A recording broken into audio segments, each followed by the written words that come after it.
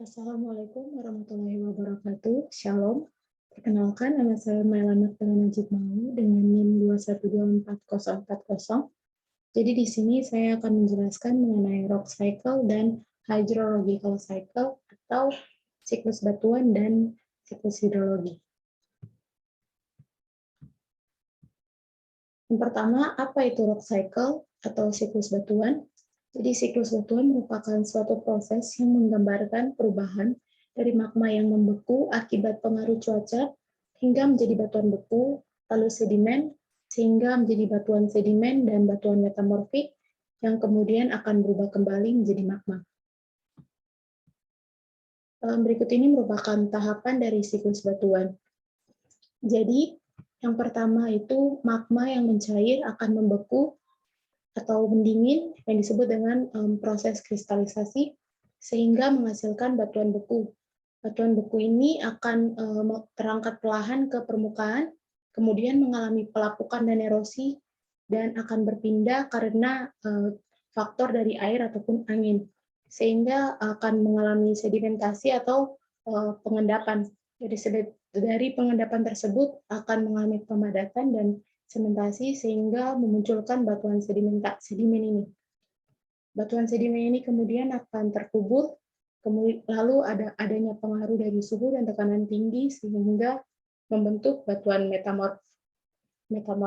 Dari batuan metamorf ini kemudian akan mencair sehingga akan terbentuk magma lagi. Dari proses-proses ini akan saling membentuk suatu siklus yang terjadi secara berulang kali. Kemudian jenis-jenis batuan, yang pertama itu adanya batuan beku. Batuan beku ini terbentuk dari magma ataupun lava yang membeku. Berdasarkan tempat pendinginannya atau pembekuannya, terdiri atas 4 kategori, yaitu batuan beku dalam, batuan beku gang, batuan beku luar, dan batuan beku berdasarkan kandungan SiO2. Berikut ini merupakan contoh-contoh dari batuan beku seperti batu apung, obsidian, granit, basalt, diorit, gabbro, dan lain sebagainya yang bisa dapat dilihat di gambar tersebut. Kemudian yang jenis kedua yaitu batuan sedimen. Batuan sedimen ini terbentuk karena pengendapan atau hasil dari pelapukan dan pengikisan batuan yang dihanyutkan oleh air atau terbawa oleh tiupan angin. Kemudian dari endapan tersebut akan menjadi keras karena mendapat tekanan ataupun cacat yang melekat di bagian endapan. Berikut ini merupakan contoh dari batuan sedimen seperti konglomerat, breksi, batu pasir, grewak, batu gamping, batu lumpur, dan rijal.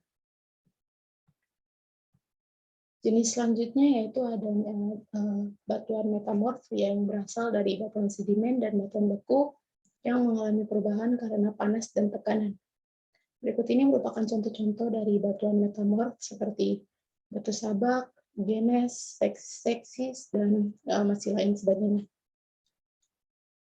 Yang terakhir yaitu batuan piroklastik, yaitu batuan yang dihasilkan oleh serangkaian proses yang berkaitan dengan letusan gunung api. Oke, selanjutnya yaitu apa itu hydrological cycle atau siklus hidrologi.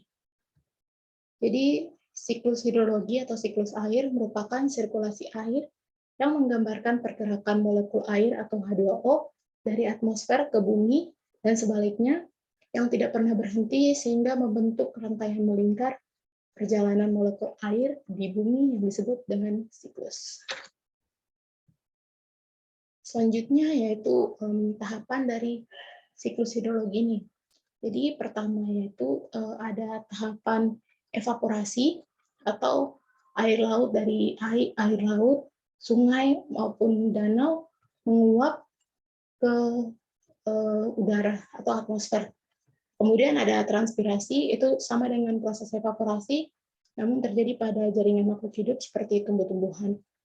Kemudian hasil dari uapan air tersebut akan membentuk gumpalan awan yang disebut dengan proses kondensasi. Kemudian gumpalan awan yang berisi air tersebut akan jatuh ke bumi lagi, atau yang kita sebut dengan hujan, yang dinamakan dengan proses presipitasi. Kemudian dari proses tersebut akan terjadi air hujan yang turun ke bumi akan diserap ke dalam tanah yang disebut dengan proses infiltrasi. Hal ini akan berlangsung secara terus-menerus sehingga kita sebut dengan siklus hidrologi. Selanjutnya yaitu ada macam-macam dari siklus hidrologi. Yang pertama yaitu siklus pendek. Jadi siklus pendek ini diawali dengan evaporasi air laut ke atmosfer, yang pada ketinggian tertentu uap air tersebut akan mengalami kondensasi yang akan membentuk awan. Awan tersebut yang tak mampu menahan beban air akan mengalami presipitasi dan akan terjadi hujan sehingga air jatuh kembali lagi ke laut. Hal ini dinamakan dengan siklus pendek.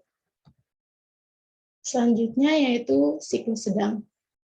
Jadi siklus sedang ini terjadi ketika air laut menguap, yang membedakannya yaitu adalah uap air akan terbawa oleh angin menuju daratan.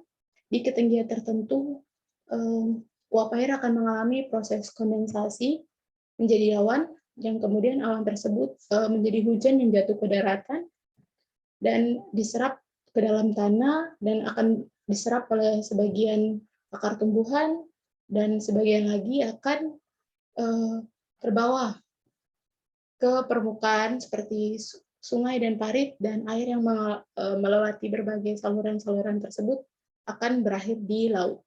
Hal ini disebut dengan siklus sedang. Dan yang terakhir yaitu siklus panjang. Jadi siklus panjang ini diawali dengan evaporasi dan kondensasi air laut, sehingga awan yang terbentuk dibawa oleh angin ke tempat yang lebih tinggi di area daratan. Awan yang terbentuk tersebut akan bergabung dengan uap air yang berasal dari evaporasi danau dan sungai serta transpirasi dari tumbuhan. Karena dipengaruhi oleh ketinggian tempat, uap air akan mengenai lapisan udara dingin dan berubah menjadi salju. Ini sehingga akan terjadi hujan salju pada saat musim dingin dan membentuk bongkahan es di pegunungan yang tinggi. Bongkahan es tersebut akan meluncur ke tempat yang lebih rendah karena gaya gravitasi. Bongkahan es yang meluncur tersebut disebut dengan gletser, yang akibat oleh gletser tersebut akan terkena oleh suhu tinggi, kemudian mencair dan mengalir kembali ke perairan darat yang akan berakhir di laut. Sekian pemaparan saya mengenai siklus hidrologi dan siklus batuan. Mohon maaf bila ada kesalahan kata, dan akhir kata saya ucapkan terima kasih.